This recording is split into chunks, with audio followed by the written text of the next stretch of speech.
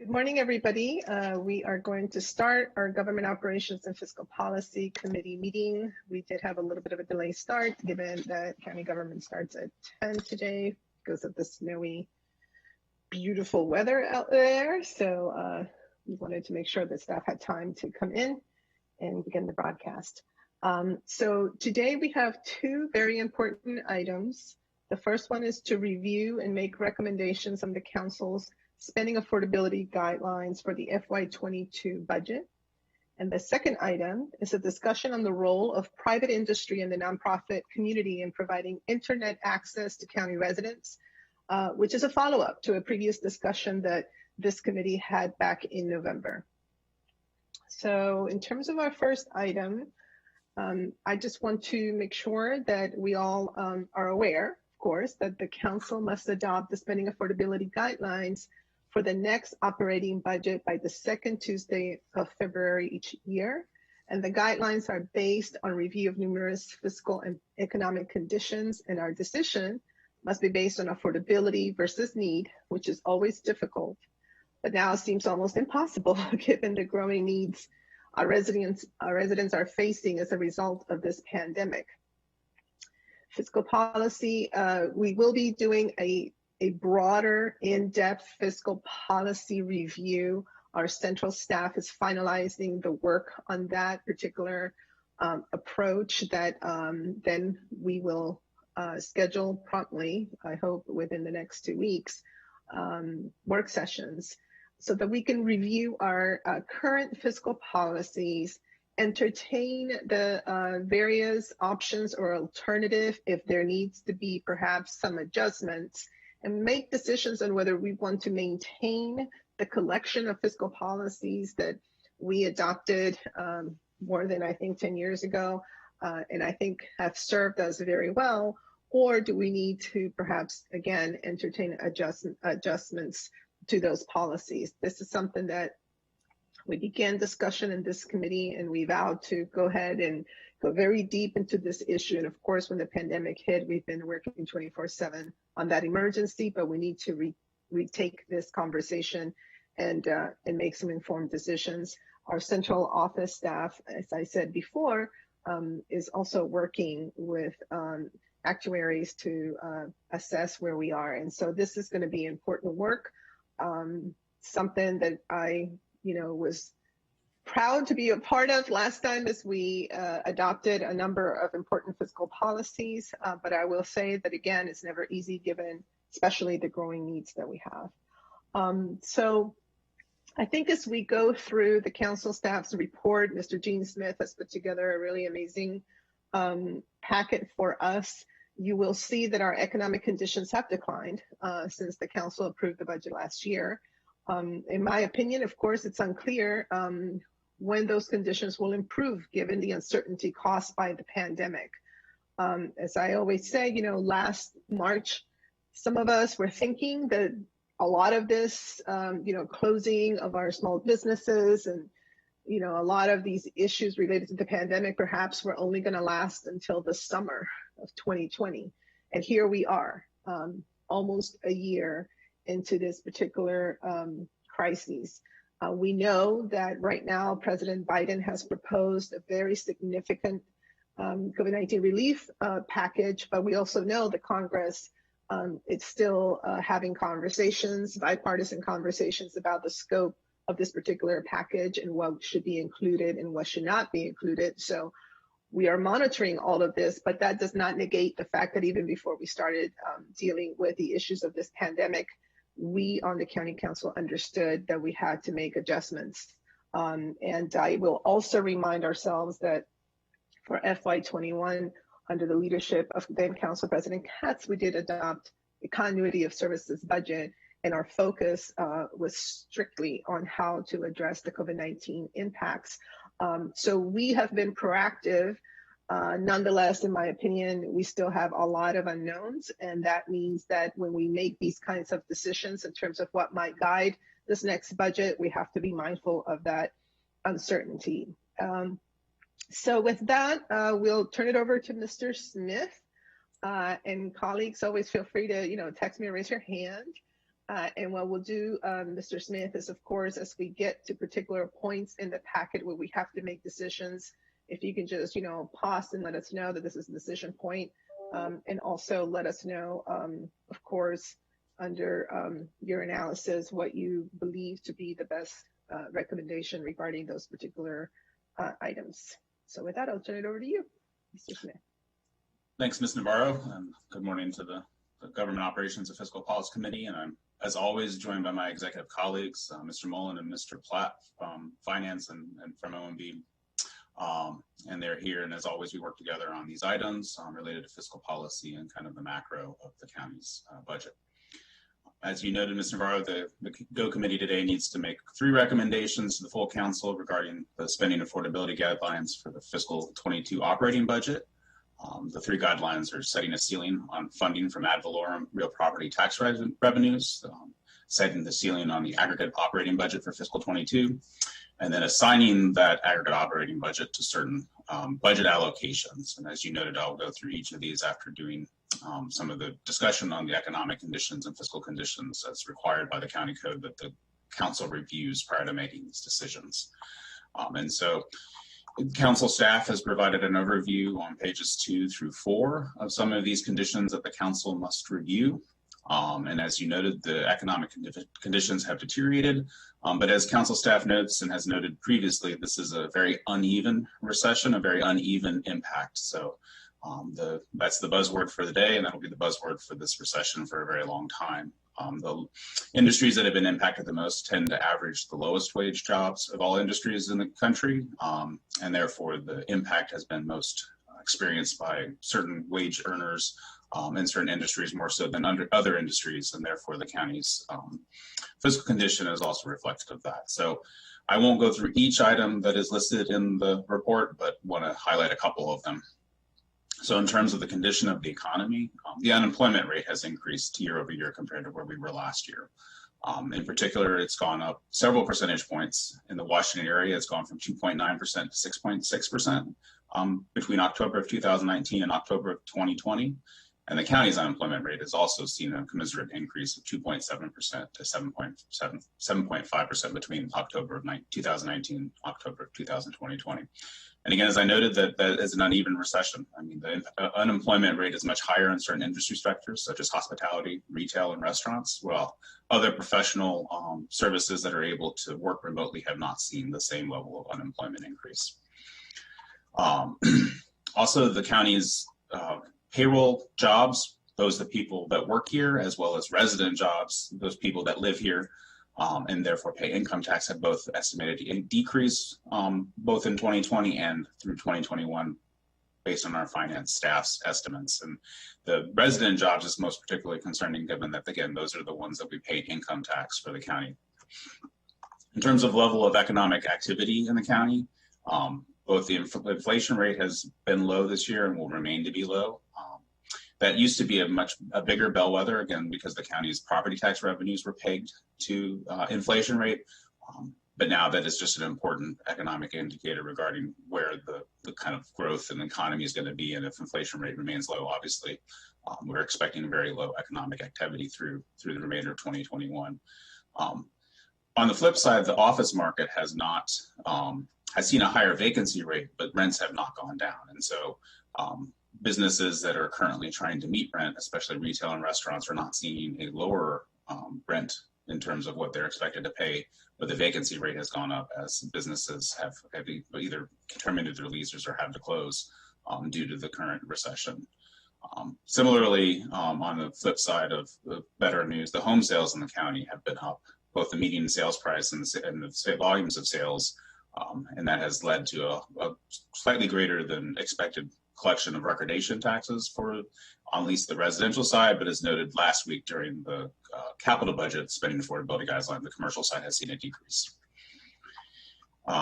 In terms of trends in personal income, these are also estimated by our friends in finance, but they have both the salary and personal income are both expected to decrease in 2020, and this is primarily due to the decrease in economic activity, higher unemployment, obviously, and so Both of these drive our expectation for revenues in the county, and also in terms of affordability for our county residents while we consider the affordability of the budget next year. And then finally, I'll just note that the county's revenues are estimated to decrease for fiscal 22 compared to the approved fiscal 21 operating budget as of December 2020. And so the revenues are down. Economic activity is especially slow in certain industry sectors. And as Ms. Navarro noted, a lot of this is not expected, but is unknown in terms of how long this recession or this uneven recession will continue. We expected to see a lot of pickup in the summer of 2020. Clearly, we're almost to March of 2021 and are still seeing a lot of businesses closed or needing to be closed or have suspended operations due to health orders. And so with that, I will go ahead and move into the 3 decision points that the GO committee has today. So the first one is setting this. Oh, yeah, thank you. Yeah, I just want to check with my colleagues on the council, on the committee, to see if they have any questions or any comments on just the overview of the indicators. And then also one thing, Mr. Platt and Mr. Mullen for being here. I failed to mention them at the beginning. Always great to have your expertise embedded in all these decisions. Okay, Councilmember Friedson. Thank you. Yeah, I'll be brief here. I will reserve most of my comments for when we get into the significant conversation I'm looking forward to have, that we desperately need to have, on the fiscal plan and the tough choices that we're going to have to make in the next couple of weeks. I really appreciate all that the chair has done to push us in that direction, all the work that has been going on by staff to make that happen, both council staff and executive staff. I know that you are working together on that, but to me, this is the beginning or part of the broader conversation that we have to have. And the more prudent we are on the front end, the less draconian we have to be on the back end.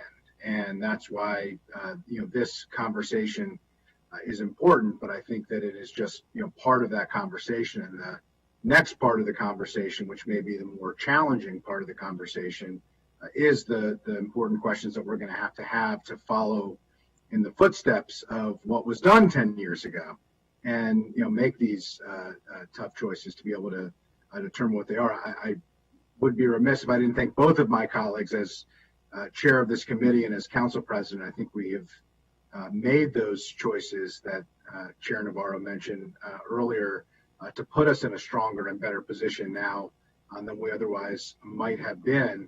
But we still have tough choices that we have to make moving forward, and the earlier we make them, the easier they're going to be to absorb and the less impact they're going to have on the services that residents desperately have to have. I think this exercise always feels so esoteric and so removed from the services that residents rely on, but it is fundamental to the services that residents rely on, because unless we get this part right, we're not going to be able to afford the services that they so desperately need, perhaps now more than ever. So I just wanted to acknowledge everybody for that. Look forward to the broader conversation. I know we have some significant decision points here, and that this is just the beginning of a robust conversation that we're going to have about how we make the tough choices we need to put us in the best position we can to absorb the fiscal and economic challenges we're going to face, because we cannot remove ourselves from the suffering that is going on in the economy in Montgomery County among our residents and our local businesses, and we have to make the choices that reflect that. Thank you. Councilmember Catt.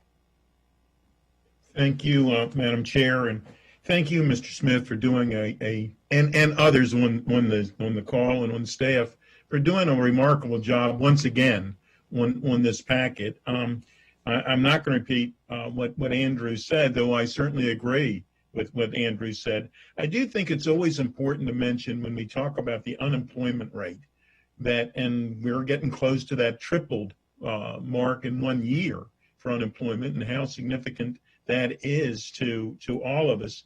But that's people who are still looking for jobs. If anybody has given up, if they said, I'm just not going to look for a job right now, they're not reflected in this rate. And there are, unfortunately, people who are in that position right now. So we are going through the most difficult of times. To Councilmember Friedson's point, we have made, and the committee chair and others, we all sat together, and Councilmember Friedson was here for that as well. When we're very concerned about the debt in Montgomery County. That if the debt were a department, it would be the third largest department in the county. And we worked towards trying to get to a better place. We've worked, but none of us, whether you go back 10 years ago or 18 months ago, could have ever predicted that this would be the situation we're in now, a pandemic. And so we do need to continue to make the tough choices. And we also need to be cognizant of the fact that as much as we'd all like to be someone that knows when this will end, we don't.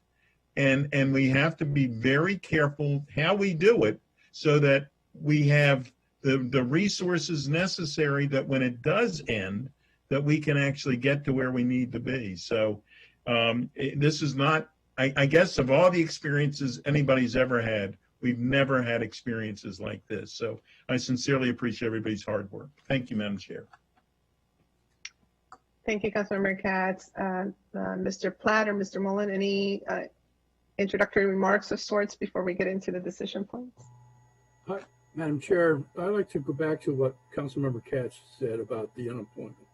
We don't have a breakdown. At the national level, they will break down the unemployment rates for people who are looking for employment or dropping out of the labor force. So there is that breakdown at the national level when we see the reports.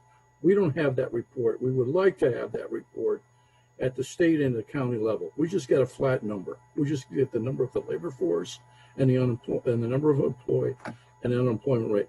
That would be great to have that kind of information for us to do our analysis going forward. So I just want to add that caveat. Councilmember Katz is right on target about looking at people who are just giving up and dropping out. And that was the whole issue with this pandemic. We have three types of employment. Those who've been furloughed and thinking they're coming back. Those who actually, as Councilmember Katz said, have just given up and technically dropped out of the labor force. Those are the people who have been laid off, hoping to get back. So there are basically three types of the unemployed that at the national level, there's some numbers on that, but when we get down to our level, it's pretty difficult, but it's great. It would be great to have that kind of information to do especially on the wage and salary income and the income input. That's my comments. Thank you, Madam Chair. Thank you very much. Mr. Mullen, any remarks? No comments at this time. Okay, thank you. I really appreciated that exchange because it is just one particular indicator that illustrates the challenge that we have right now in our county. Because oftentimes I think people tend to forget that Montgomery County is very fortunate to have a lot of wealth and resources. We also have a lot of folks who are, middle-class people who have been extraordinarily affected by this pandemic. Young families who have been extraordinarily affected, low-income folks who have been disproportionately even more impacted by this pandemic and this issue of, unemployment.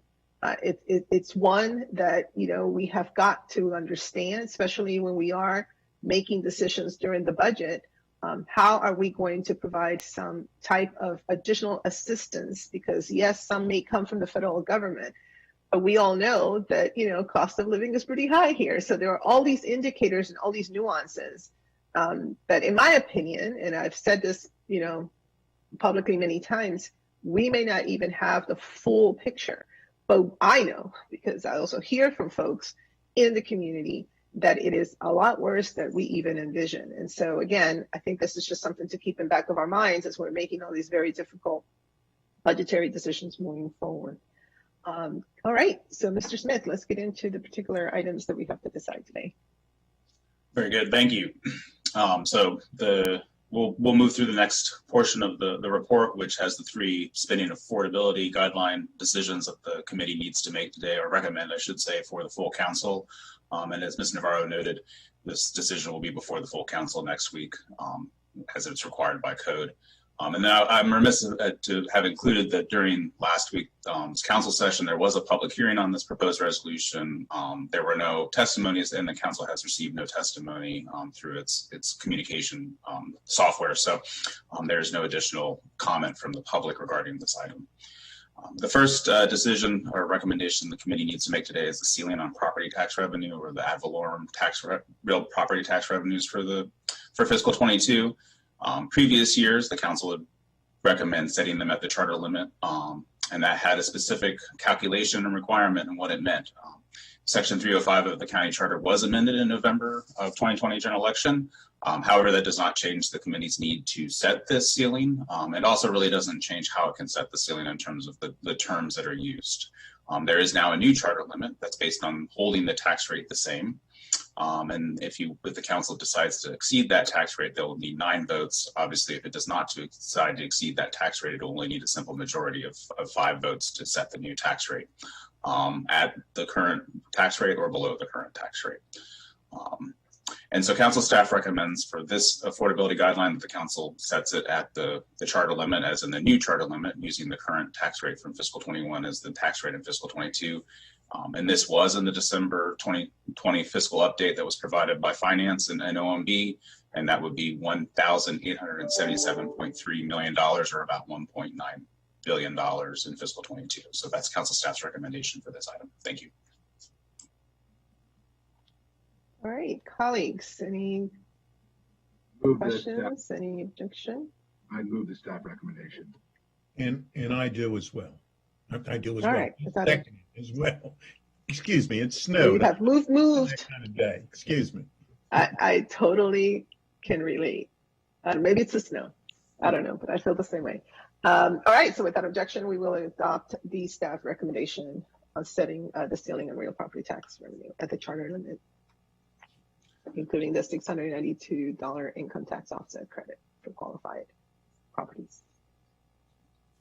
Thank you, Ms. Navarro. I had forgotten to mention that as well. So it does still include that 692 property credit. So, all right, very good. So the next decision point for the committee is the ceiling on the aggregate operating budget. The charter and the county code has no requirement on how this gets set. And as council staff shows, and on page 5, it has approached this decision in various ways throughout the last decade. During the last recession, it had no increase. It just kept it at 0% growth. More often than not, the council has used the total personal income growth year over year. But the decision is based on whatever conditions the council wishes to use, because the county code and the county charter do not specify a specific approach. So as always, council staff has prepared 4 options for both the public and the council to review.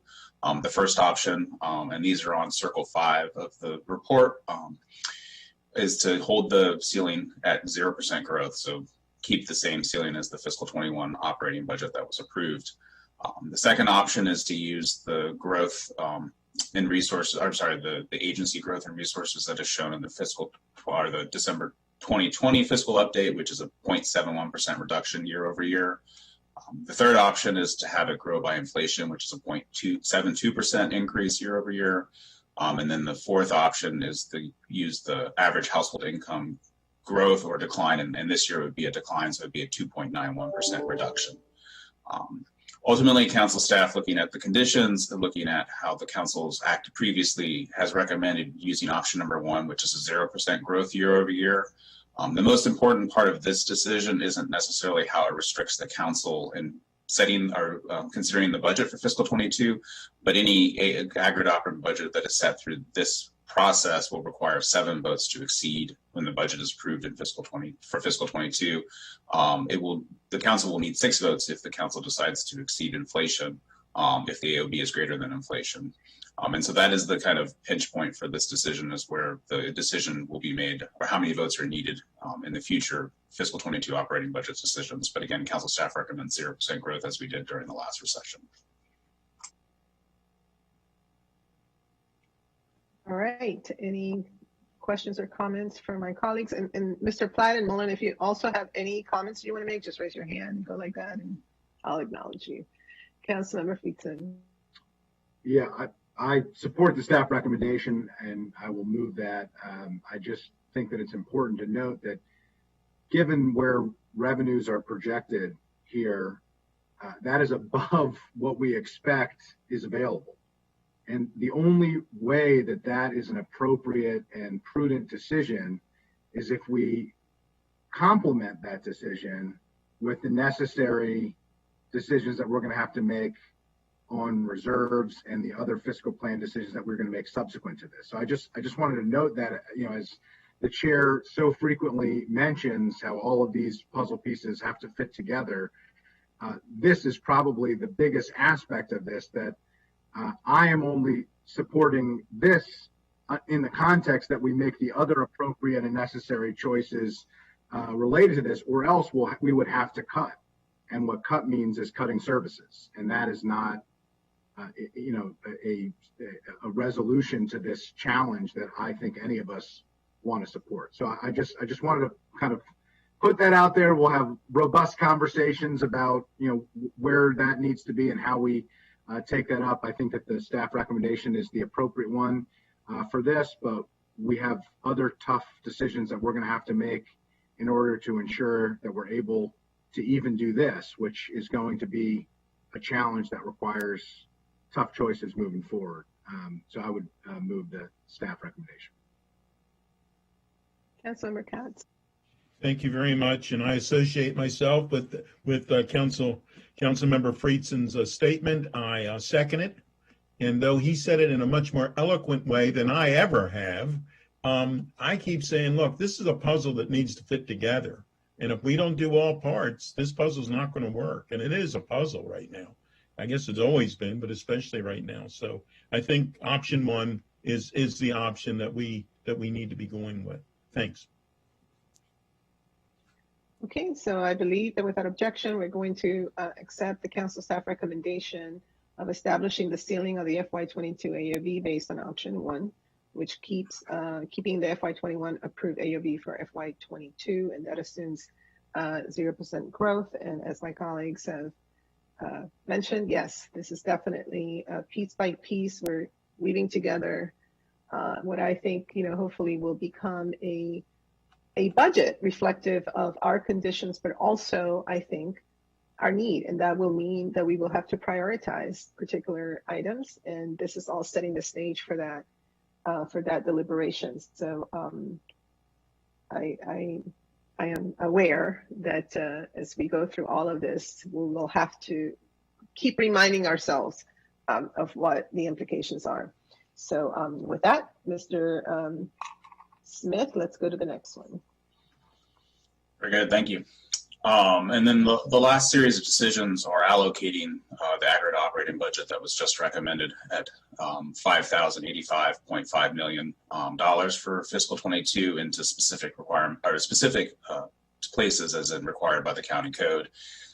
Council staff notes that this is illustrative, not final. Obviously, during the fiscal 22 operating budget, the council will weigh a lot of decisions, needs, priorities, et cetera. And so there is no restrictions for the council based on its recommendation for this. There is, however, a requirement for agencies that exceed any of the allocations that are set here to provide a memo to council of why they've exceeded it, and if they were to not exceed it or meet the requirements set here, what would need to be cut in order to meet those requirements. And so each year those agencies provide that if that happens, and the council considers that during the fiscal 22 operating budget. And as always, things can always change and will change as we wait for the executive's recommended operating budget in March, and as we see what the General Assembly does at the state. And so all of these factors, there are several factors such as revenue estimates changing, state aid changing, and other things that will obviously change the council's deliberations during the fiscal 22 operating budget. So with that, I will proceed. I guess I'll proceed item by item. The committee can then quickly note, and then we'll. I'm sorry. One last thing, and as always, council staff has recommended for the resolution, although it's not stated in the county code, that if an agency is going to exceed the allocation set here because of state aid, that does not trigger the requirement for them to send a memo, since we don't know what those values are yet. So the first one is debt service. These are the fixed charges the county has to pay every year based on past debt issued. The current estimates are $433.6 million for the county's debt and $7.9 million for the park's debt. And so that totals the $441.6 million that council staff recommends setting this at for the guidelines. I'm sorry, 441.5, just make sure. Okay. All right. Are there any objections to adopting the council staff's recommendation? Nope. We got to do this. Yep. Okay. So, and we just spent last week talking about the debt service and the capital budget spending affordability guidelines. And so this, as Ms. Navarro said, is weaving several decisions together over the last couple of weeks. And more to come. So the next item is the current revenue funding in the capital budget. Currently, the fiscal plan estimates $77.4 million for this. As always, this is subject to change as the executive considers the operating budget for fiscal 22, but council staff recommends that the AOB allocation for this guideline be $77.4 million as it was in the fiscal plan update. Okay, I see some thumbs up. So without objection, we will adopt that. Very good. The next one is the pay-as-you-go for the capital budget, or PAYGO. The estimate in fiscal plan update was $31 million.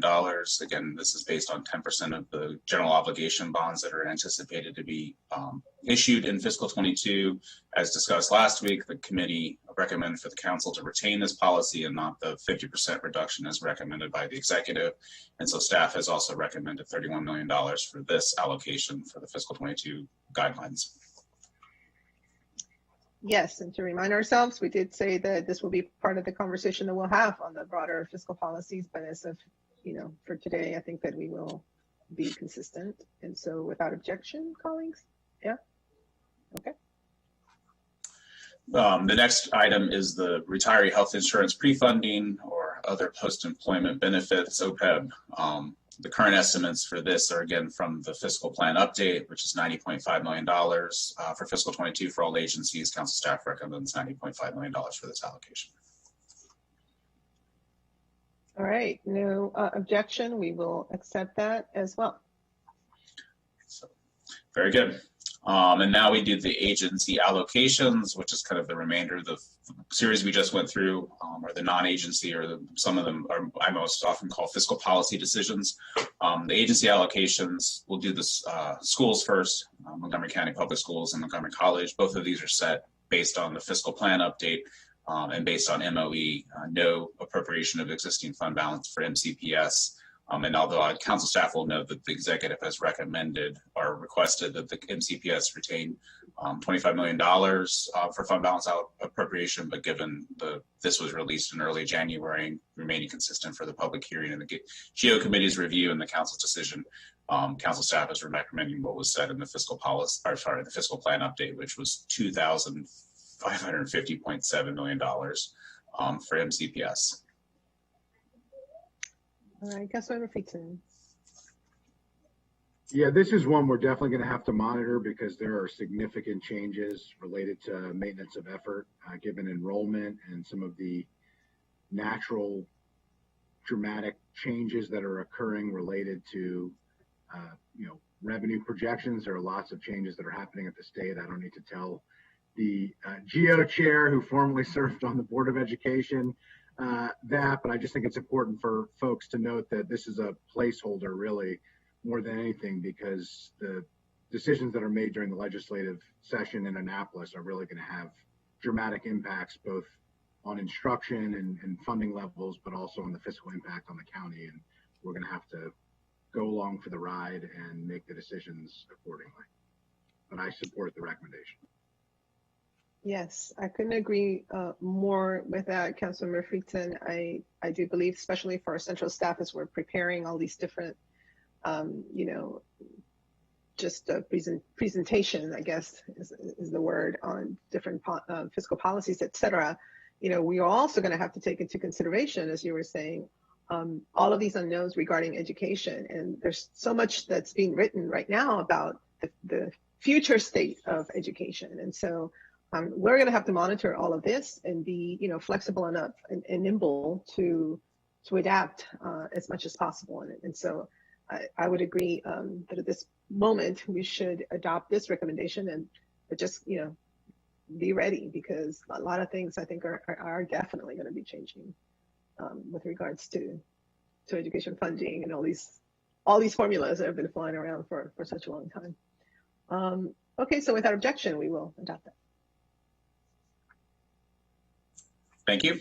And then for Montgomery College, the recommendation is to set it at maintenance of effort. As always, council staff works with the college, and they're assuming about $9.8 million in fund balance appropriations. So that's included in the estimate here. And so the council staff's recommendation for this allocation is $196.9 million. Okay, yep, without objection, we'll adopt that. Again.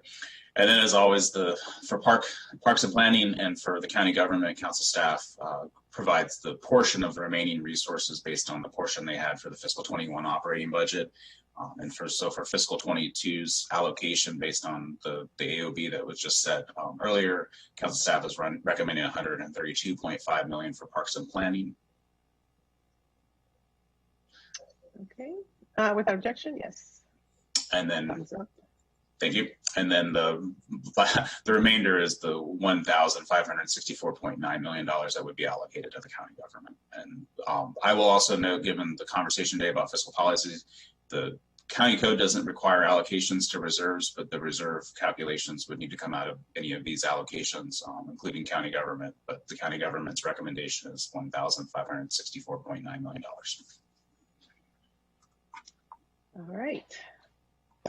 Anything else? That is it. Council staff will prepare the GO Committee's recommendations for their review next week and for action. Great. Really appreciate it. Mr. Platt and Mr. Mullen, thank you so much for always working collaboratively with Mr. Smith. And Mr. Smith, thank you for preparing a really outstanding packet as usual. So with that, we're done with item number 1. We're going to quickly move on to item number 2. And this is a continuation of a conversation we started last year. This is the role of private industry and the nonprofit community in providing internet access to county residents. I do know that we do have Councilmember Rice that is going to join us, and he's been leading on the national scene a lot of conversation around this issue. And let me just say that, as we continue to navigate this pandemic, and it was mentioned earlier in our conversation regarding our fiscal policies, et cetera, it has been stunning to realize how quickly we all had to adapt to this new way of life. And that has, in my opinion, brought to bear a couple of interesting issues regarding access to the internet, access to broadband. Number one is, of course, the issue of capacity. I mean, it is clear that no matter what happens when we're done with this recession, a lot of things are never going to go back to the way they were. And so we need to start thinking about capacity issues writ large. How will people continue to work? How will businesses do their everyday type of work? How is that all going to just, continue to evolve? But that is one issue to think about. With that comes also the concern about issues of affordability, because there is no doubt that if we are to move into perhaps deliberating or considering how to expand the capacity, then the disparities that exist today will only be exacerbated. And so we kind of have to do both. It's kind of like parallel tracks. On the one hand, in every single meeting that we have regarding COVID-19, we always bring up our concerns about, how will our seniors access, for example, pre-registration for the vaccine if it's online? How will our low-income students be able to continue to, go through this online learning environment if they are not able to access it because of issues of affordability? There's just so much that goes into all of this. How will people be able to, address the issues of unemployment and unemployment, seeking unemployment? If everything is digitized, and now with the pandemic, everything is literally just moved into the digital world, then all of these issues are exacerbated. And so I think we have an extraordinary opportunity to think about what will be the desired state and how can we get there. I'm really excited that we also have here representation from our agricultural, community, because we also had to, recognize that even as we were deliberating on some of our own legislative processes, that was another issue, because how can particular communities that, may not have the same coverage, how can they then participate in very important deliberations that have, direct impact because of where they are located? So all of these issues have come together, and I think that today it's a really awesome opportunity to hear from, private partners as well as nonprofit and in our own, government to just talk about some of the opportunities ahead, and then also how can we all work together to make this a reality. So in my list of guests that we have today, and I will go through it, and of course, if there's anybody that I'm missing, Dr. Torregas can correct me, but I know we have, of course, Ms. Gail Roper, Director of Department of Technology Services, Mr. Joe Webster, also Department of Technology Services, Chief Broadband Officer, Kathleen Boucher of the Office of Intergovernmental Relations, our own amazing Carolyn Chen from Council, our Montgomery County Council. We also have, in terms of our private partners, Joshua Bookie from Comcast, Director of Government and Regulatory Affairs. And also from Verizon, we have Tiffany Harvey, Director of State Government and Community Affairs. From RCN, Tom Steele, VP of Regulatory and Public Affairs, and Rachel Rogers, Marketing and Sales. I really want to make sure, well, and of course, also Mr. Mike Scheffel, from the Office of Agricultural Affairs, and want to, really give a special shout out to Jeremy Chris, because from the Office of Agricultural Services, because, all of these issues sometimes come together and you're just thinking about something like agriculture, and then all of these issues of access, become front and center, and you need somebody to constantly be monitoring all of these challenges in order to bring them forward. So I want to thank Mr. Chris for always, just monitoring everything that is out there.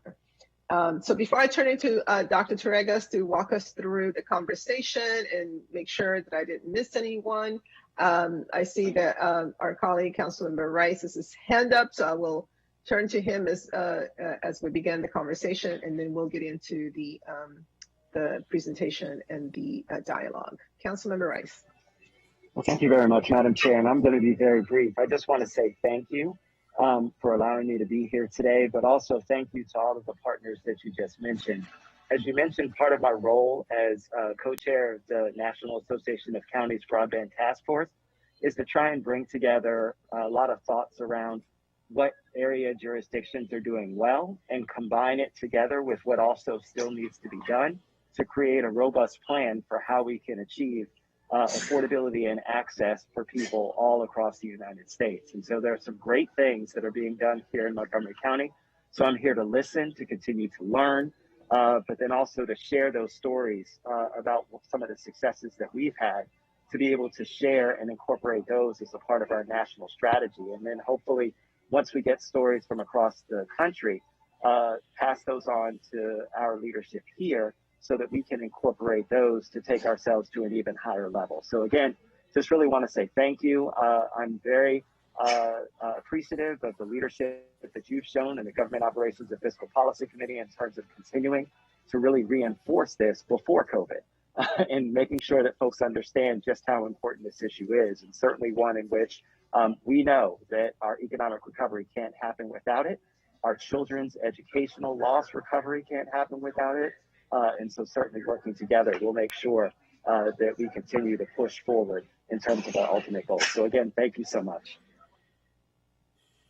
Thank you, Councilmember Rice. And we are very fortunate to have you on the national scene, really monitoring and looking at what it is that we can bring back and vice versa. That is very important because we know for a fact we're not the only jurisdiction that is having these conversations. Obviously, as I said earlier, I am absolutely convinced that our way of life and our way of doing business and our way of educating, et cetera, is just fundamentally changed. And so we got to make sure that we are on top of it and ahead of it. And so hopefully these conversations will begin to lead towards some particular recommendations that hopefully we can then explore and see what we can implement. So with that, let me turn it over to Dr. Torregas, who has been extraordinary as well in this arena and is always giving us very important, thoughtful, and creative ideas to ponder and to see how we can move the needle on this. So I can't think of anybody, better to get us through to this type of deliberation. Dr. Torregas. Thank you very much, Councilmember Navarro. Before we plunge into presentations, I wanted to remind you of what you've done in November when the GO committee met with governmental agencies. We had the Montgomery County government, we had schools, college, a whole variety of leadership from the IT community, the broadband community, and you made three specific kind of recommendations. One was you received a plan for broadband in the Ag Reserve, and that I think is a terrific example of what our DTS can do to organize data. I'll remind you, it highlighted how many, I think under 400 residents do not have access to the internet in the Ag Reserve, so that continues to be a problem. And I think our CIO, Ms. Roper has jumped on that and has created fantastic opportunities for the future. You decided that the Digital Equity Fund was something of tremendous interest. Councilmember Friedson, I remember your reaction, enthusiastic reaction to kind of probe and to take a look. And I think staff on the DTS side is progressing on that. And then finally, the ITPCC itself and the role that it can play across agencies when we talk about bandwidth. Secondly, you had a discussion with your intergovernmental folks just last week about legislation in Annapolis, and I'll remind you that one of your key priorities is in fact to support state initiatives and enable local initiatives to expand broadband accessibility. And Ms. Navarro, as you laid out very well, accessibility means both the availability as well as the affordability of internet access, and it's become so important. So I was on a phone call that Councilmember Rice led on Friday with Delegate Learman on some legislation that's moving forward. And I don't know if, Kathleen, you Ms. Navarro, asked for a discussion on the GO side. And I don't know if Mr. Rice wants to make a few remarks on that, or if Kathy Boucher or someone else from the executive branch wants to make remarks. Otherwise, we can move on to the next topic. Is Boucher on?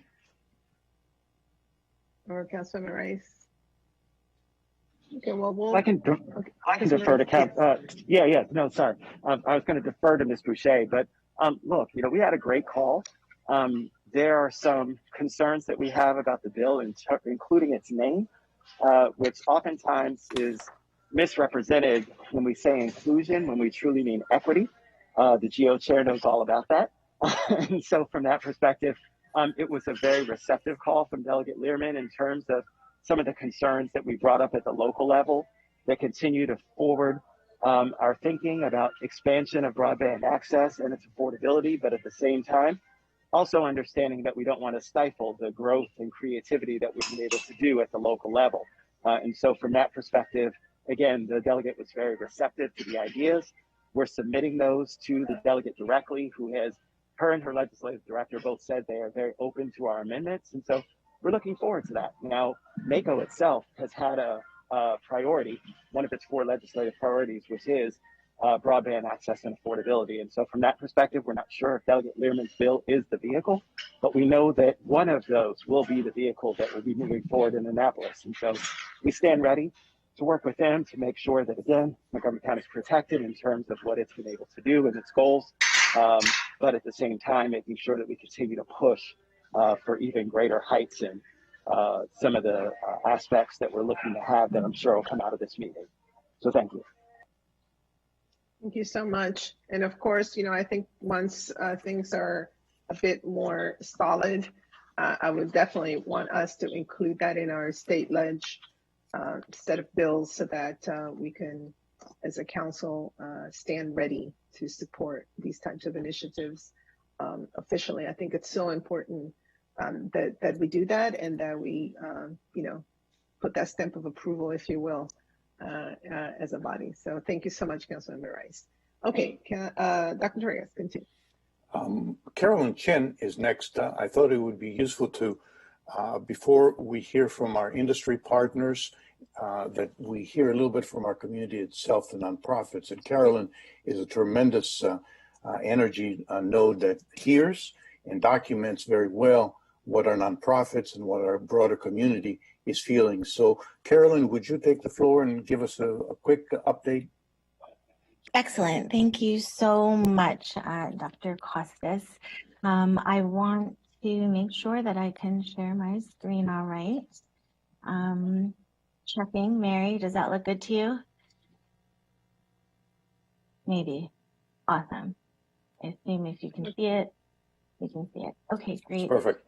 Awesome. I will be very brief because this is not a new topic, and I've been brought in just for a specific perspective. So I'm going to try and make this a little more interesting for you. The GO Committee discussion on community input for digital divide. Next slide. So this is my sister, Jennifer. I have this picture up to show you just an example of the overnight demand for digital access since the pandemic began. She lives with my parents. They're retirees in their 70s. They needed to be upgraded from a 75 speed to a 1G speed in order to just feel like they weren't on top of each other. My sister actually she is intellectual and developmentally disabled. She's an older adult in her 40s. She went from zero broadband access, no internet, no data on the phone, to 1G, needing to go on 1G with my parents. In addition, our family has 2 work from home Gen X millennial siblings that are our 24/7 tech support for just 3 people. In addition, in my household, I live with a high school English teacher that went virtual.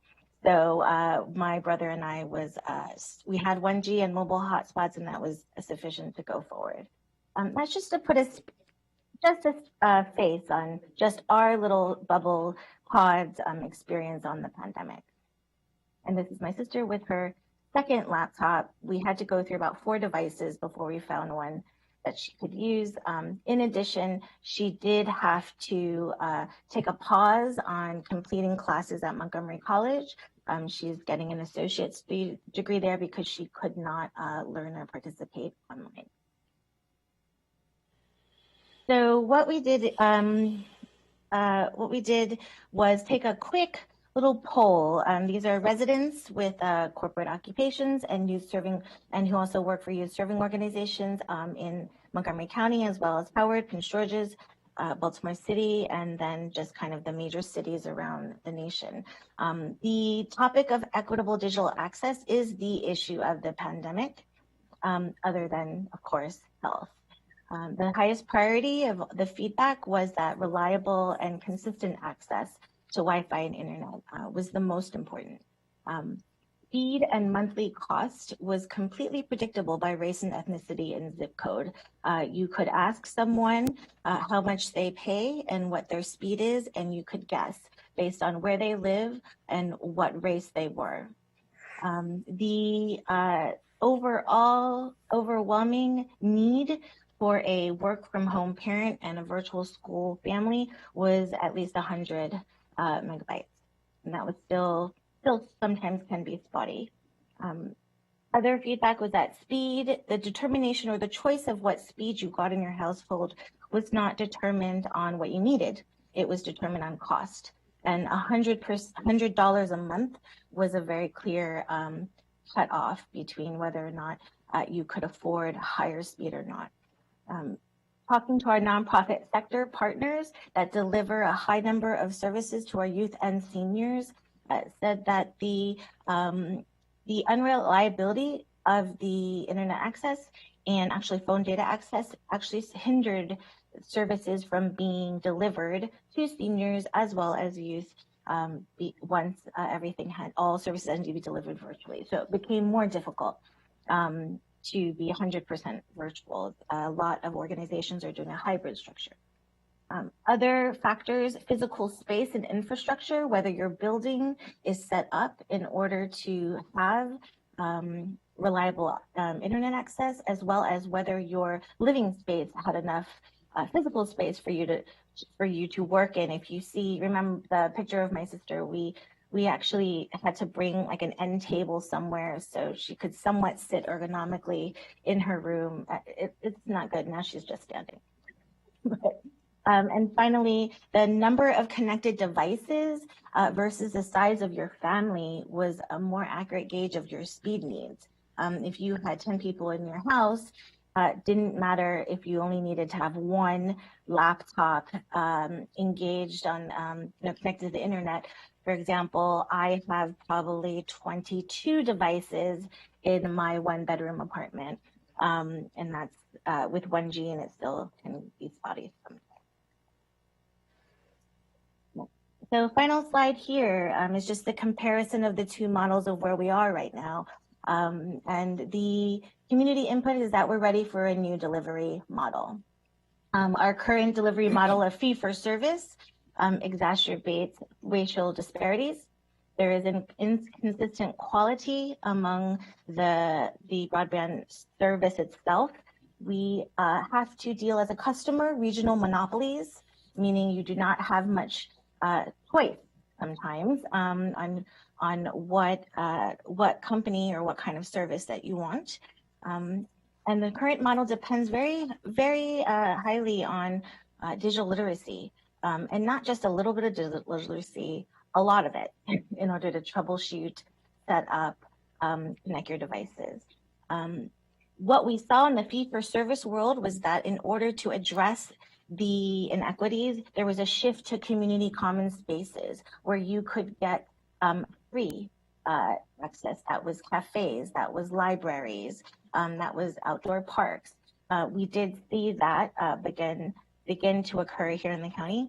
And finally, the financial value of the fee-for-service model led to speed wars. So this is a couple of things. This is linking back to like Flash Boys, but Wall Street speed war days where 0.7 milliseconds could make you a lot of money. So the focus here going forward has always been speed is better for business, the faster you are, but in the residential space, we have capped and determined that a low level of speed is what's necessary to succeed. And finally, just some ideas that we got in the community about a post-pandemic model, focus on convenience, being able to not think about it or not have to know too much in order to get connected.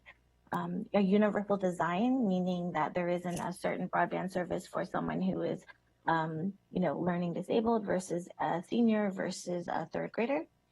Making sure that we think in the future of building infrastructure and integrating the actual broadband equipment already into new buildings. Another workaround that has worked well actually in New York City is to, instead of Google Chromebooks that needed still access, you have the iPad with already built-in Wi-Fi access so that it could be anywhere. You could use it anywhere. Finally, understanding that this new delivery model will foster local community, social connection. That's what it is used for right now. And then we also need to look that this is not just about your local community, it's about getting global access to information. And that's it. Thank you so much. Let me stop sharing and answer any questions, or we can just continue on. Thank you. Thank you, Ms. Chen. This was a great presentation. I think that really captures a lot of the conversations that I hear out there. and also what we are experiencing firsthand, there's no doubt that there's going to have to be some, big adjustments that I think could be an extraordinary win-win for everybody. And I believe you've captured and summarized some really key points in this particular area. Let me see, my colleagues have any questions or comments regarding the community snapshot, if you will? Okay, well, I made sure to save that one slide with some of the recommendations that have come out from that conversation. So thank you so much. That was super informative. All right, Dr. Torregas, let's. Okay, we're now ready to hear from our partners in the private sector who have a business of providing internet access. They are challenged because internet access is not the only thing they do. They do a broad variety of things to keep us all connected, walking around with our phones and a whole variety of services. So I thought it would be very useful to hear directly from them, to see where they see opportunity, what their current offerings are quickly, but more importantly, how open are they to the new kinds of partnerships that Ms. Chen began to paint for us. So I'm going to go first to my friend Joshua Buki. And Josh, I believe that you should be able to share your screen. Otherwise, I'm ready as well.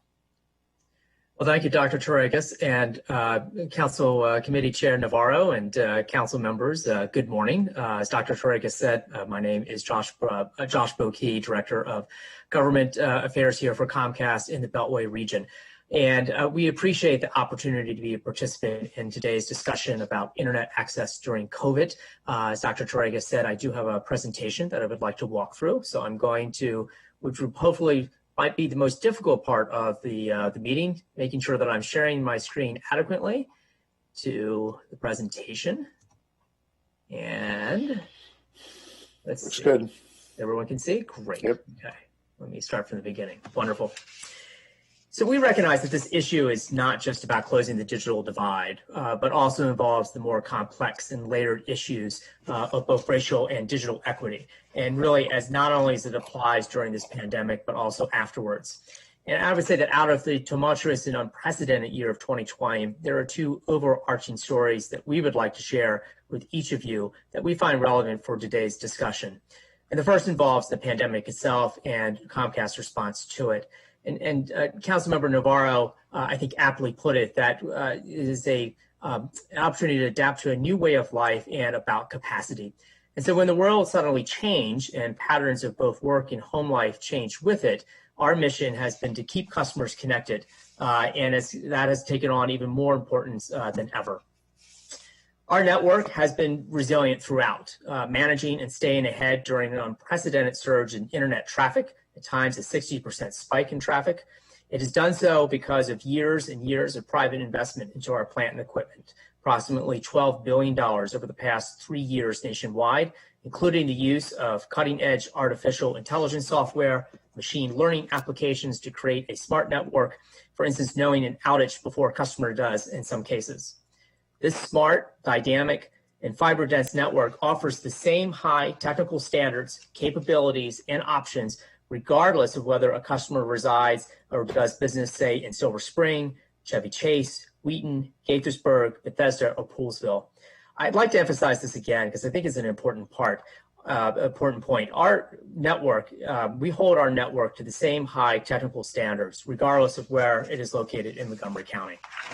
At the same time, Comcast continues to support our people and our customers with proper safety procedures in place, including at our Xfinity retail stores, which we have two, one in Aspen Hill and the other in Gaithersburg, when our technicians are out in the field, and the incredible logistics that were involved in converting our workforce, including our call center representatives, to a work-from-home environment in 1 week's time back in March of 2020. The second story that we would like to share this morning is also about connecting people to what matters, but also acknowledges the tragic events of not only George Floyd's murder, but the far too familiar and frequent acts of violence against the Black community and people of color in general, and the structural racism that fuels these injustices.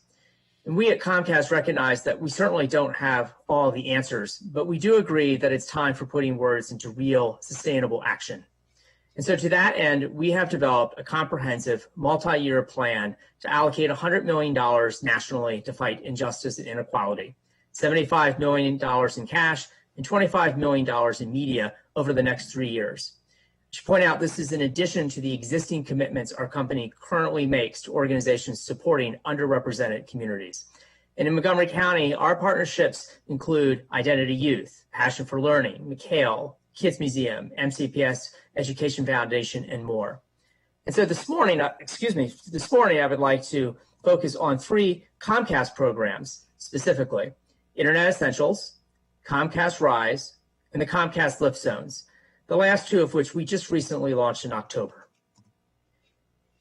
Many of you are very familiar with Internet Essentials. It is now in almost its 10th year and is the nation's largest privately funded program to help close the digital divide by bringing affordable, high-speed broadband internet to unserved families and individuals in need.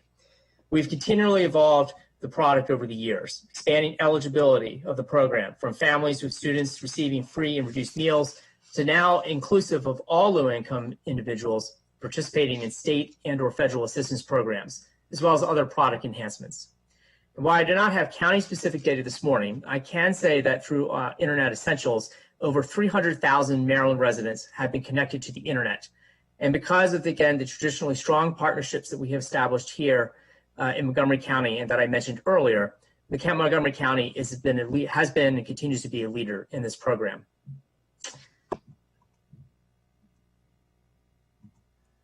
The companion program of Internet Essentials is the Internet Essentials Partnership Program. In response to COVID-19, we developed a companion program, Internet Essentials Partnership Program, or IEPP. This was the first in the nation public-private partnership program that links funders and programmers to fully support the subsidized costs of Internet Essentials for those families who may need it. And we have a number of established partnership programs in place throughout the Maryland, DC, and Virginia region, including Prince George's County School System, Howard County Public Schools, Washington, DC, Baltimore City, and Anne Arundel, to name just a few. And these partnerships go beyond just school systems. They include housing agencies and nonprofits as well. And here in Montgomery County, we are moving ahead with a few pilot programs as well. Comcast Rise. RISE stands for Representation, Investment, Strength, and Empowerment. It is a multi-year commitment by Comcast to provide free creative media and technology services to Black, Indigenous, and people of color small-owned businesses. As the slide says, small businesses have been hit hard by the economic impact of the pandemic, but that is especially true and so of minority-owned small businesses. And so this program is about having the resources and tools to help elevate these businesses, and it includes consulting, media, creative production, technology makeover, and including monetary grants. Small businesses are not just our customers, they are also our partners. We have just awarded as well the first 700 businesses Comcast Rise program partnership benefits, and that actually includes several from Montgomery County, including Rockville, Silver Spring, and Gaithersburg. And next, I'd like to talk a little bit about the Comcast Lift Zone program. Comcast Lift Zone program is a multi-year program designed to launch 1,000 Wi-Fi connected, what we call lift zones, in trusted partner community centers nationwide, providing free Wi-Fi to help students and families to successfully participate in distance learning, but also perhaps for adults in search of employment or access to other essential services. We do this by installing what we call our business class internet product, 1 gig up, 35 megs down. And we also include internet security that's built into the lift zone infrastructure. And beyond that, though, and similar to with Internet Essentials, we provide access to hundreds of hours of developed training and digital skills content programming to be able to make that available. And in Montgomery County, we are right now in several exploratory discussions with nonprofits to launch lift zones here as well.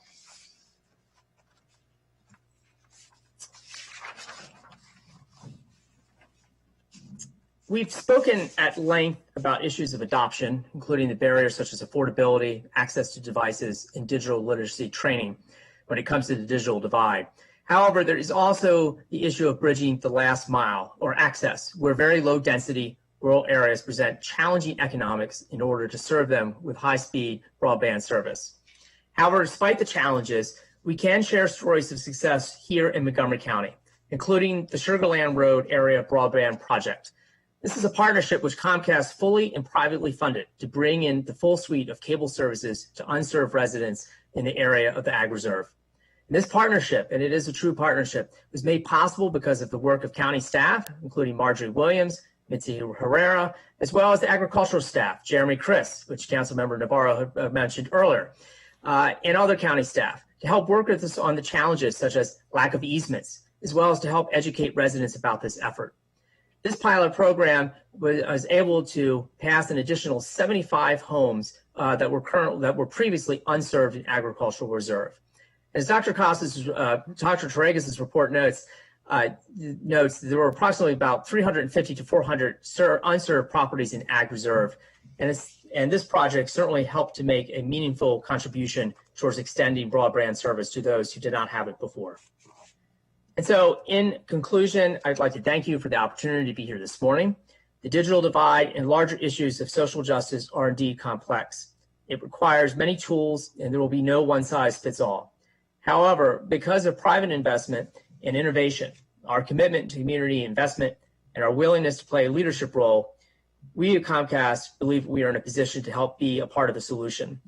And we look forward to working together with the county and our nonprofit partners as we go forward. And with that, that concludes my presentation. Thank you.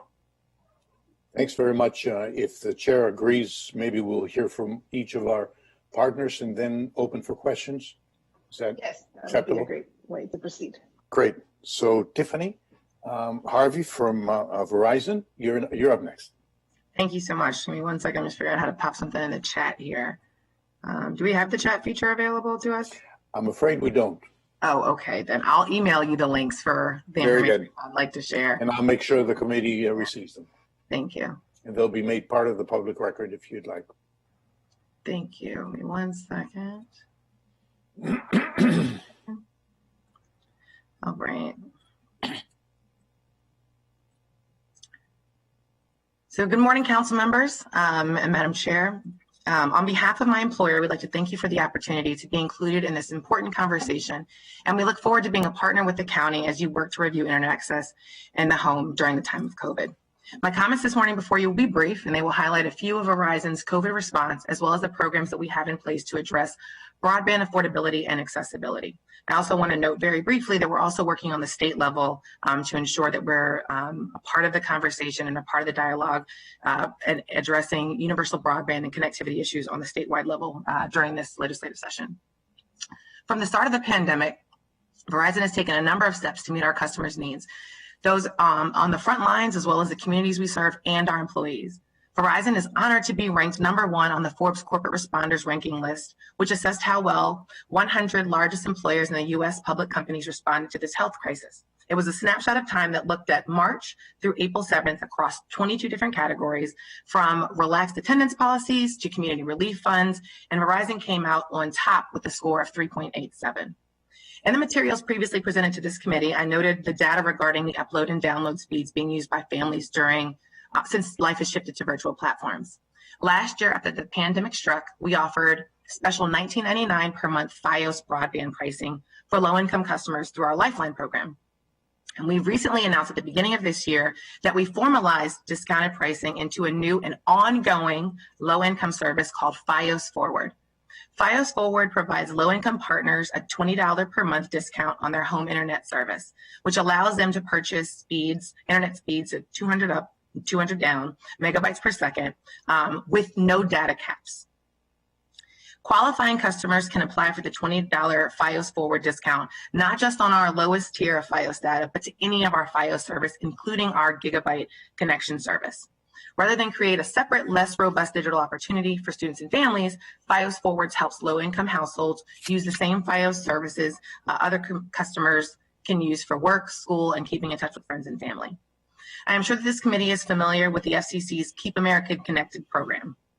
When the pandemic struck, Verizon committed to not terminate service or charge late fees for any post-paid wireless, residential, small business customers who notified us of their inability to pay during disruptions caused by the pandemic.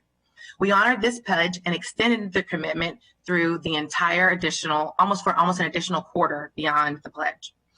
Though the Keep America Connected program has expired, we continue to take steps to look out for our customers and keep them connected, as well as following applicable state and local laws.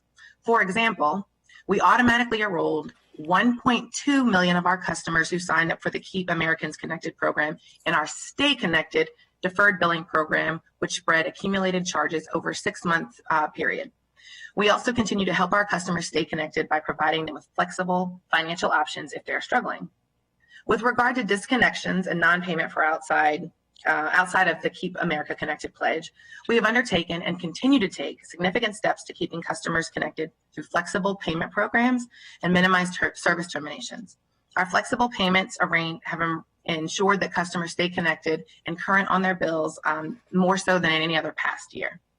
We've also recently filed comments supporting the FCC's plan to implement broadband benefit program, which passed by Congress in December to provide monthly broadband subsidies for low-income customers or those financially hurt by the pandemic. The temporary program is well-intentioned, and we are very interested in working with the FCC to ensure that the program ensures broadband participation by providers to minimize the benefit to consumers. We're also excited to share our recently announced proposal for permanent legislative solution to broadband connectivity issues. This proposal is called Accelerating America. Accelerating America addresses 3 main challenges to universal broadband: affordability, adoption, and access. Through a new broadband benefit program that would provide monthly subsidies of $20 to $50 for low-income consumers. Our proposal, which has received support from national groups including the National Action Network, the U.S. Hispanic Chamber of Commerce, and the Campaign for the Fair Sentencing of Youth, also includes federal government digital literacy programs and supports the use of existing federal and state government funds for broadband expansion, particularly in rural and hard-to-reach communities. I also want to quickly highlight Verizon's innovative learning schools. Currently, we have over 400 schools across the country. More than 200,000 students have participated in these transformative programs. Our Ville schools, which is what we call them, are a collaboration between Digital Promise and Verizon to equip every student and teacher at select middle schools across America with a device and up to a 4-year data plan. In addition to the free technology and access, the Ville schools receive extensive teacher training, support, and the opportunity to engage in unique immersive curriculum to leverage technology in their classrooms. We currently have 2 Ville schools in Montgomery County. One is Forest Park Middle School in Gaithersburg, which is located in District 3, and Argyle Magnet School, which is located in District 4. Lastly, I want to briefly highlight some of Verizon's foundational giving. During this crisis, our foundation stepped up in a major way. We've supported organizations in Montgomery County like OATS, MoCo Kids, Montgomery County Justice Center Foundation. We've supported STEM programs for youth organization. We've supported arts and tech programs across the state and region. Thank you so much for the opportunity to speak with you today. Verizon, all of the programs that I raised and discussed today, I think demonstrate our desire to find new ways to work together to bring broadband and accessibility to every community. Thank you. Thanks very much, Tiffany. And now we'll go to our third presentation. Raquel Rogers and Tom Steele represent RCN. I don't know whether you both want to speak, but the floor is yours. Unmute, please. I'll defer to Rachel. We're not. I was going to say I would let Tom take the lead. Okay. I'll just say from the beginning that we are not of the size of Comcast and Verizon. God bless them. We do try to emulate some of the things that they do. In particular, our Internet First program, which draws very strongly from the model that Comcast has with its Internet Essentials. So I'll let Rachel talk about that briefly. Okay, well, even though Joshua did go into detail about the their Internet Essentials program, as Tom just said, our Internet First program does emulate them. We launched that, of course, to provide a lower cost internet services to our low-income households. It is, of course, individual subscription. The price of the service is $9.95 for 25 megs. And of course, it's no credit check, no contracts, no installation or activation fees. The modem and Wi-Fi are included. And of course, we offer it free for 60 days. And the only criteria of eligibility, as most of you probably already know, is that you either have to be on Medicaid, SNAP, SSI, housing assistance, or the like. That's prior to COVID. Post-COVID, we started going down another path where we would work with sponsor organizations. We launched with two organizations in DC, the Office of the Chief Technology Officer and Rocket Ship Academy charter schools. And what these sponsors do is, instead of us working with an individual, we build bulk programs for them. These bulk programs, of course, offer the same, at this time, services as our Internet First program, meaning 25 meg internet. The only difference is that we deal directly with the sponsor, with the exception of installation and any service problems after installation. Our only contact is with the sponsor. The account is paid by the sponsor. And of course, because of COVID, what we found is that sometimes 25 meg isn't an adequate speed if you have multiple users at home. Initially, Internet First, of course, was for students, but now you have parents and multiple students working at home on multiple devices. So there could be some challenge with just 25 megs. And we, of course, are open to negotiating with any of our sponsors for higher speeds. And that really, in a snapshot, encompasses what we're doing for the community at this time, especially in Montgomery County. Unlike Comcast and Verizon, we have a fragmented footprint, very small. We service Bethesda, Chevy Chase, parts of Gaithersburg, Silver Spring, and Tacoma Park. But we are looking, of course, to expand over the territory. And of course, we're always looking to continue to build our services as the community needs. Rachel, but one of the challenges that the council will have and the county will have that we've seen in other places is you can have the greatest programs. You can offer the lowest rates. You can offer free Chromebooks. You can do many things that the county would do to create, affordable access. But sometimes there's a fundamental distrust of government. They don't, and people are reluctant to tie into these programs. And on the other side, once they receive a Chromebook or once they're tied into the internet, the educational aspects of access aren't there for them. And the frustration level is high and we don't get the results that we're all seeking. So I listened to Carolyn Chen's presentation, which is very capable. And I just think that some component of this has to be, has to address that, has to get to a level of concern that the folks have out there for using the system at all, and then educating them so that the frustration level doesn't build and we're frustrated ourselves in our efforts to promote the kind of access you want. Great. If I could ask either of you to clarify, when you say 25 megabits per second, do you mean up and down, or do you just mean down and then up is smaller? 25 is the download speed, 3 is the upload speed. All right. And so for the committee members and others who are listening, the 3 megabit per second speed means how much data can go from your computer up back to the provider. And it's usually it's less than the download speed, which is how much data can come down into your computer. And just for comparison's sake, if you want to tune in a movie, it would take about 3 megabits per second to come down to your computer. So if somebody is having 8 movies, that would be 25 megabits per second. It's additive. All right. Before, Ms. Navarro, I suggest that perhaps you and your colleagues may have some questions. We do want to hear also from Mike Scheffel from the Ag office. So perhaps, Mike, would you like to make a few brief remarks? Josh has already laid out the project, but please add the governmental perspective.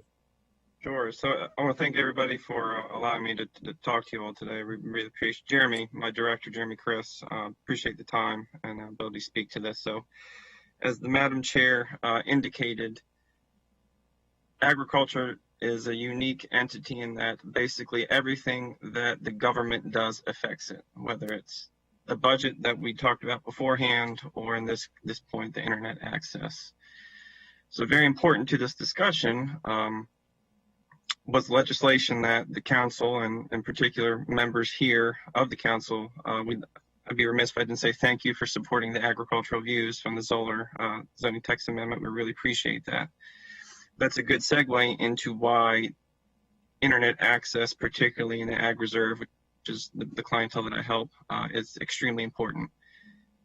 These meetings and working groups and nonstop council work sessions on this have been all held virtually, as we're aware. The members from the ag community and the preservationists lived in the ag reserve, and as everybody knows here, internet connectivity has not always been the best. Since these meetings were held virtually, it was very hard for these members, both for and against the zoning text amendment, to meet and to actually have connections that allowed them to not only speak to everybody, but share presentations or whatever. So moving forward, we at the Office of Agriculture believe that the internet connection, broadband connection, should be a public utility. I mean, everything in this pandemic has taught us that life does not exist as we know it without the internet. There's also a couple of other items I want to touch on. There's a development impact tax bill and a subdivision regulation amendment before the council. These bills will not only allow for greater business opportunities in the ag reserve, but it require more internet for the businesses to do their business, whether that's processing credit card payments, having the internet there for their clientele to use while they're at these businesses. So my point is, it's entirely necessary in today's world to have the internet available. I also want to thank the Department of Technology Services. Gail, we appreciate your staff, Mitzi Herrera and Margie Williams, for being the nonstop advocates for the Sugar Land broadband pilot. If it wasn't for Gail and Mitzi, we would not have been able to pull this off. And we also like to thank Comcast for partnering with us.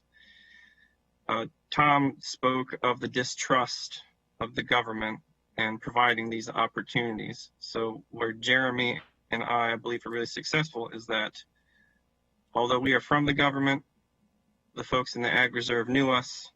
They could say, hey, what's this all about?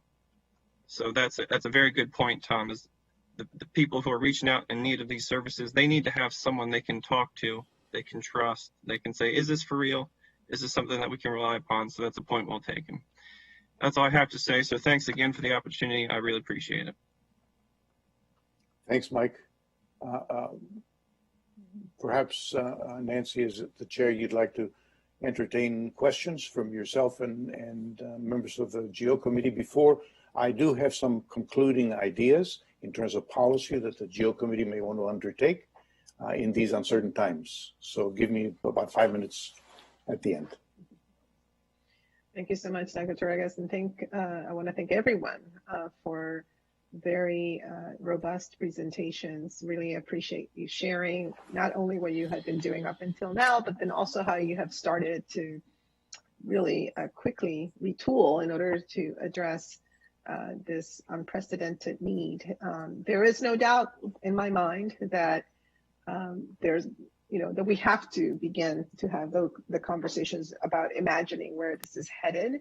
And as I said in my introductory remarks, I personally believe that we have made a major structural shift. And so, what we envision and what we knew as living or existing in this digital arena has now totally changed. And we're going to have to figure out how to adapt and continue to enhance that. So in a way, these are very exciting times.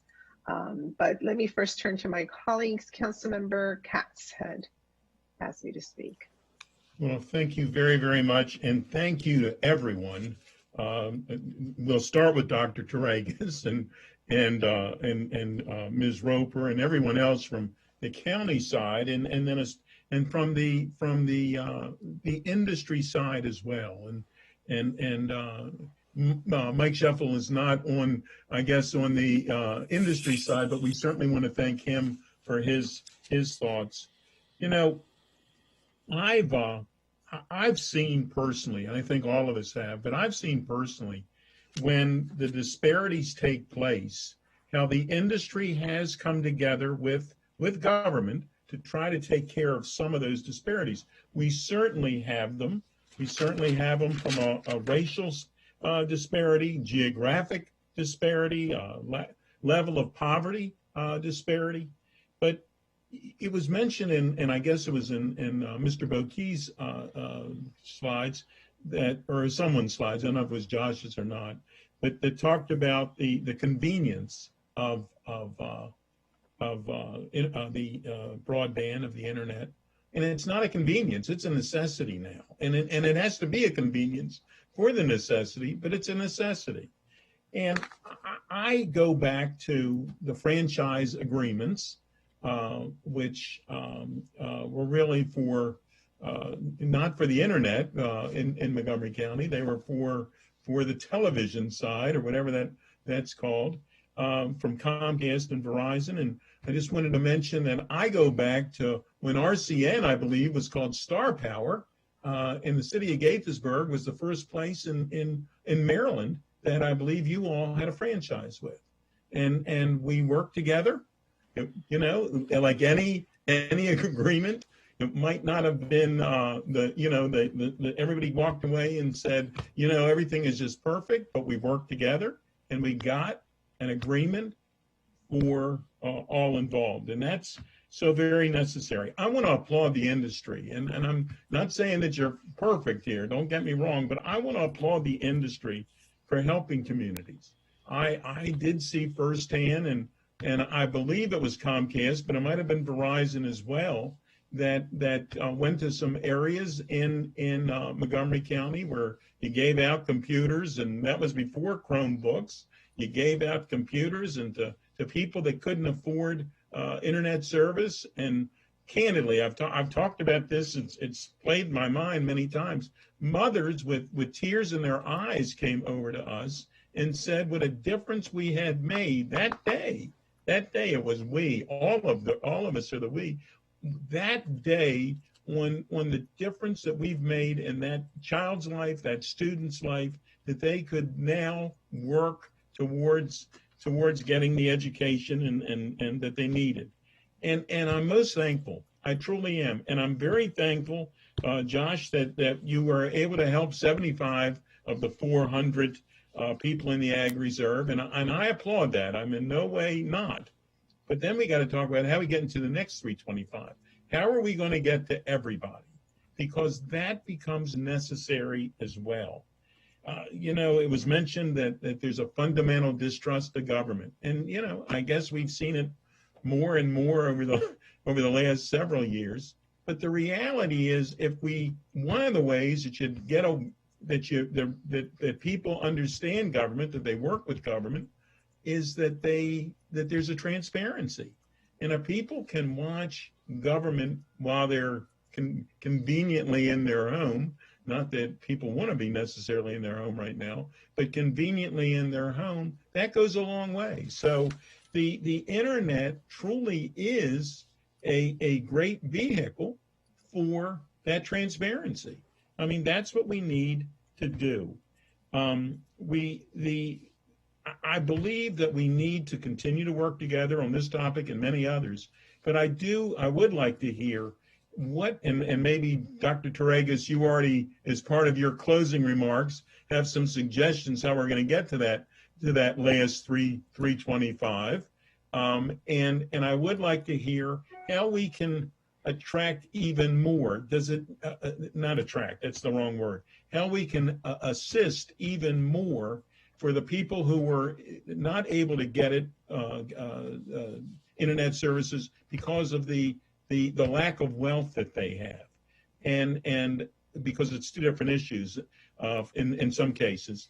And if it means that the government needs, and we talked about it earlier, about the equity fund or whatever it needs. If we need to figure out whether we're spending it quickly enough or whether we need more or whatever we need, but we need to have a blueprint on how to get people the broadband that they absolutely require. As I say, it's, Dr. Tregas talked about watching movies.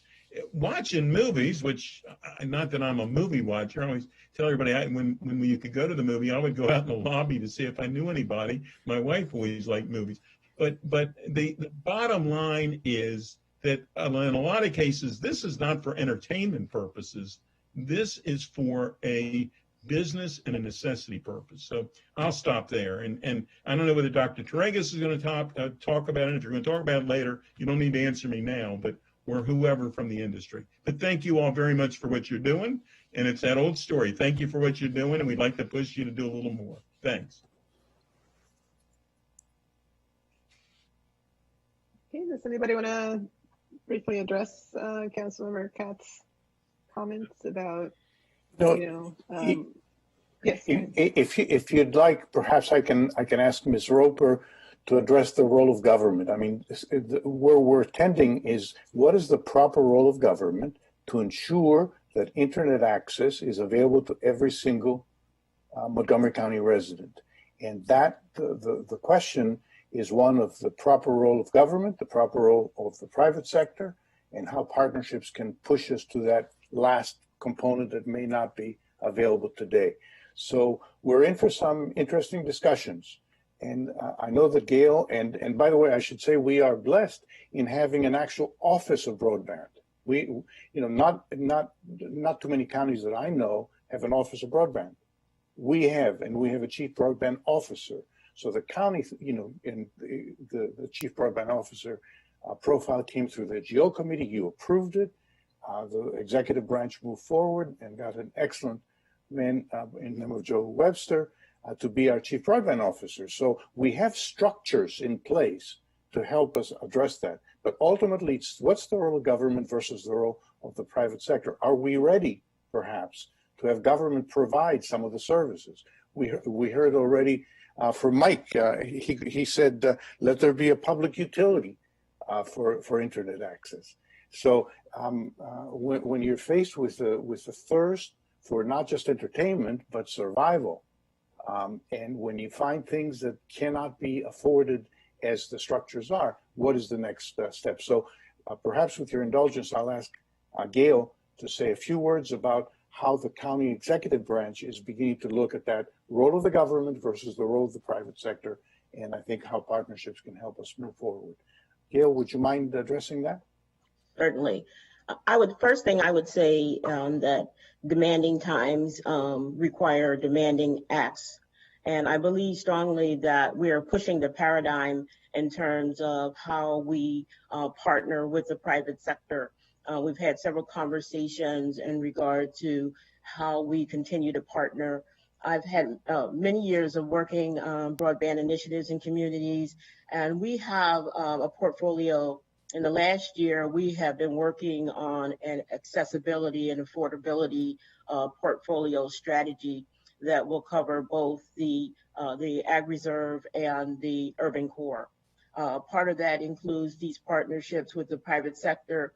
And the other aspect of it is enhancing our ability to utilize the assets that we have as a county government. Most recently, we've been able to have some significant conversations with affordable housing providers on bringing connectivity into low-income housing. We also have what we call a proof of concept at the Main Street pilot project, where we are actually currently providing 50 megabits per second download and 50 upload speeds. That project has been in place for several, maybe 4 or 5 months now, going very well. I think the key here is that Montgomery County has an opportunity to both partner, but also enhance what we have in terms of resources.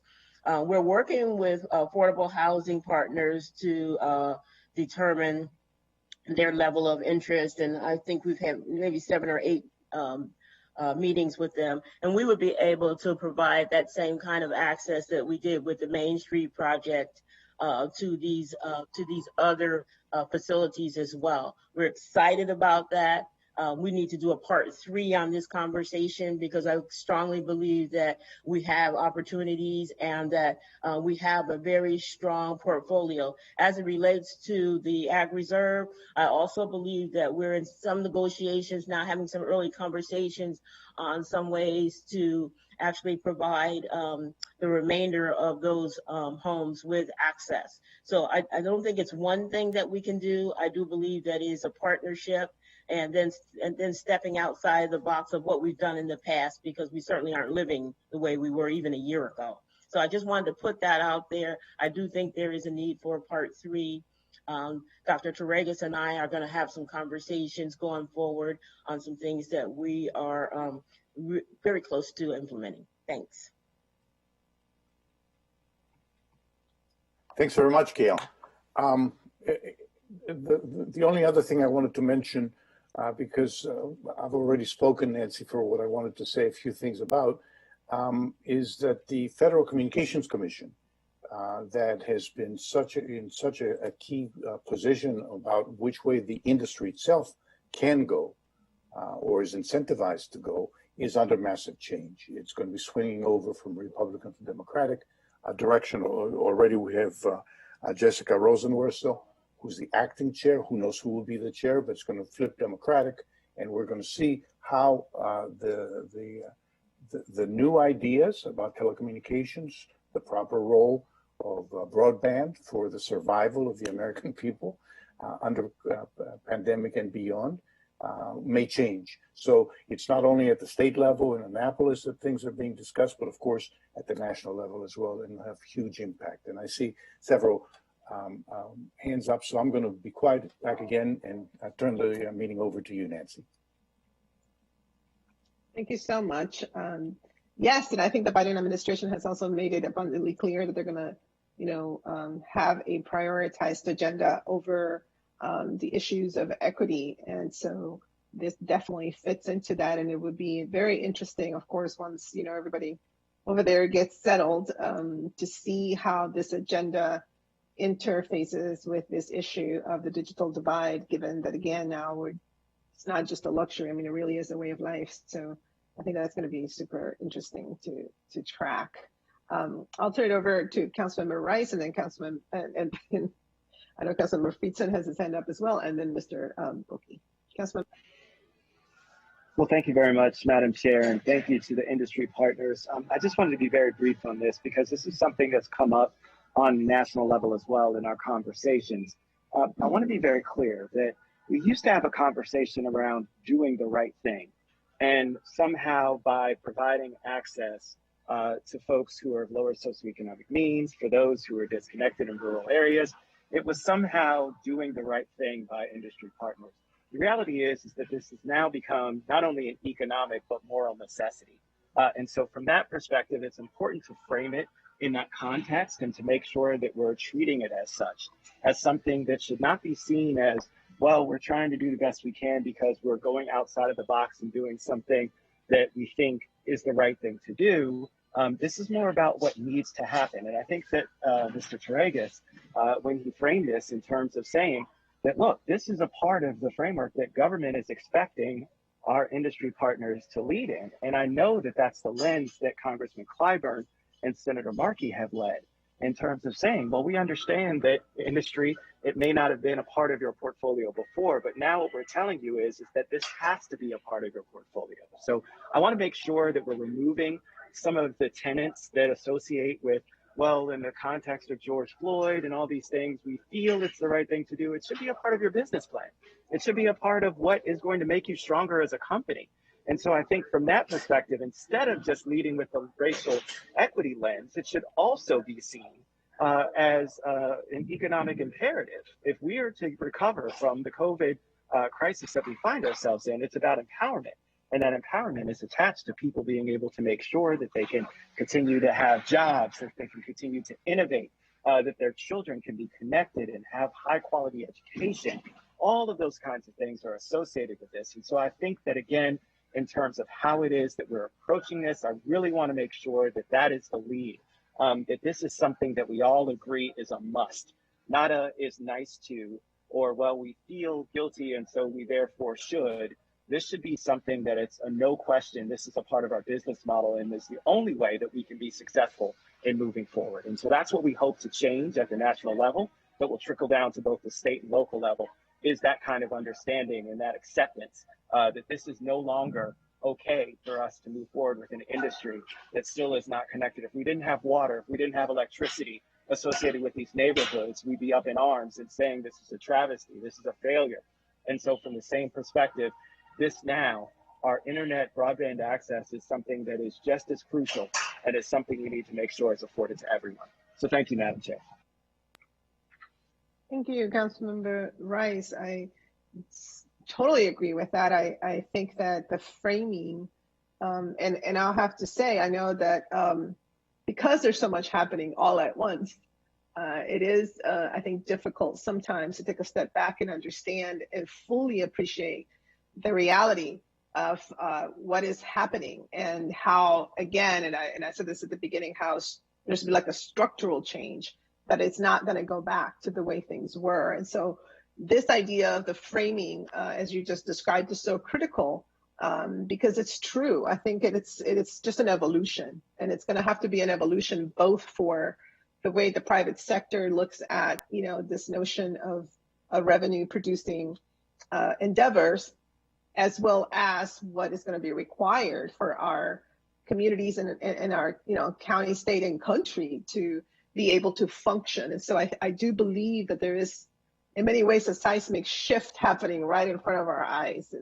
And that's why, I feel strongly that these types of conversations on the local level are also very important so that we can play a role as the agenda is being, I think, set at the national level at this point. Councilmember Friedson. Yeah, thank you so much. I'll just say ditto to everything that's been said today. I want to thank you as chair of this committee for convening this. Thank Councilmember Rice for all of your work and leadership on this at the state and the federal level on our behalf. And I know you've been working on these issues for quite a bit. I will point out, we talked about this issue quite a bit with Senator Van Hollen, who's been a tremendous leader on these issues as well. And thank you to everybody in county government and in the private sector for this. I think, a few things. One, we can't solve this problem with government alone, and we can't solve this problem as county government alone, certainly. It needs a federal, state, and county partnership with municipal support as well, and public and private. And I think this conversation really reflects that, and certainly it's going to be needed as we move forward. I think the digital divide has been a window into a lot of things that we have put to the forefront and shined a light on during COVID. This is not a new issue. It's just that COVID has taken this existing issue, this existing crack, and it has shined a light on it, and it has opened up more people to this challenge that we face, and that too many residents in Montgomery County and elsewhere face. The idea that you can go to a library to get the access that you don't have at home is just not an acceptable dynamic, and not something that we can allow moving forward. And we see now the fact that if you don't have adequate access, you can't participate. You can't participate in government to the same extent. You can't participate in educational opportunities to the same extent, and you can't participate in the economy to the same extent that you need to. And so these really are, core infrastructure issues. This is the modern equivalent of plumbing and wiring, and being able to ensure that we provide that access. And I think we need to treat it as such. The idea that we would never let a resident today not have access to running water. We shouldn't be able to allow a resident today not have access to broadband. It costs a lot of money. It takes a lot of time. There's a lot of coordination that's required, but it needs to happen. And this is a start and part of that, or at least a continuation of efforts that have taken place over time. But we need to ramp those efforts up. And if anything, these last 10 months have really demonstrated just how critical it is for so many residents. So look forward to making more progress and appreciate everybody's efforts on this. And we certainly have a lot more work to do. All right. Yep. Josh, did you have a point to make? Yes, no, thank you. I just first, thank you again for the opportunity for this discussion. And obviously, I think as everyone has touched upon, there's many facets to this discussion, right? On the one, on the one hand, it's because of because of the tremendous innovation and investment that has been made from the industry and from the private capital, right? That we have the robust broadband network that exists today. If we think about if the pandemic had occurred 10 years ago, the pandemic had occurred even 5 years ago, what that impact, even greater impact would have been to not just the economy, right, but to family lives and to individuals. And so it's because of that investment in innovation that we are where we are today, which is tremendously successful. But as I think all each of you as the council members have certainly pointed out, there are still those who are not connected today. And so I think, just to reiterate from remarks earlier, we really do believe that the best outcomes are through partnership. And I think, as has been also illustrated, there's not one solution, no one-size-fit-all solution as we go about this. But we do, and we are committed from Comcast to continuing in partnership, to continuing to explore opportunities. And again, just appreciate the way the discussion has been today and in the prior session as we look to go forward. Great, thank you very much. To conclude, I'd like to suggest that you think, so this was an interesting kind of policy discussion. What are our friends doing? What are partners doing? What's our community thinking? The practical side is that we're in the budget cycle. And already for the capital improvement program, the GO committee will be reviewing 2 items that the executive has already sent over. One is the investment on FiberNet, and that's over $70 million worth of investment we've made over the 20 years or so that you have supported FiberNet as our principal method to digitize county operations. And I think Gail alluded to the fact that there may be additional things that we can ask of FiberNet to do. So the FiberNet response will be there. And secondly, the Ultra Montgomery investment. So those 2 things, along with the PEG network plan that came over for the GO committee, will form, I think, a very good cluster of things for you to discuss in the next 2, 3, 4 weeks. So with that, I turn it over to Ms. Navarro, and thank you very much for participating. Thank you. No, that's a great summary and also really good description of some next steps that we can take as we continue to address this. And no doubt that given the fact that we will have budget coming up, good opportunity as well to see what we can do. So Dr. Torregas, let's definitely follow up on those pieces. I do see Councilmember Rice's hand up as well. Councilmember Rice, we're about to wrap up. I don't know if it was from the previous time. Nope. Maybe it was from the previous time. Sorry, that was from the previous time, Madam Chair. I apologize. Okay. Sorry about that. No problem. Thank you so much, Councilmember Rice, for participating as well. All right, so I want to be respectful of everybody's time. I think that this was, I think, a really great first discussion. This will not be the last, and I will ask everyone to please send over, if you haven't through CASAS, the presentations and any other kind of program or any initiative that you may be launching or expanding so that we can also amplify that into the community. That would be really wonderful. We are, in this moment where we are on a daily basis, just helping amplify and transmit as much as possible through our different channels, because we know things are shifting very quickly. It's a very fluid situation. But you as our partners play such an important role, and we want to be able to ensure that our constituents are aware of everything that you are doing. So please share anything that you have with us. I look forward to our follow-up, very soon, because again, this is something that, in my opinion, it's only going to, continue to be a challenge post-COVID. It is going to be something really critical. And in the packet itself, we saw not just, again, the disparities with some geographical areas, but also in terms of our communities of color. It is startling, and it's something that we in Montgomery County take very seriously, as we did adopt a racial equity and social justice legislation in 2019. This is paramount for us, and so we stand ready to be your partners as well to address all of these issues in a constructive way. So with that, I thank my colleagues, and I thank all of our guests, and we will be in touch. Thank you. We're adjourned. Thank you, everybody. Thank you.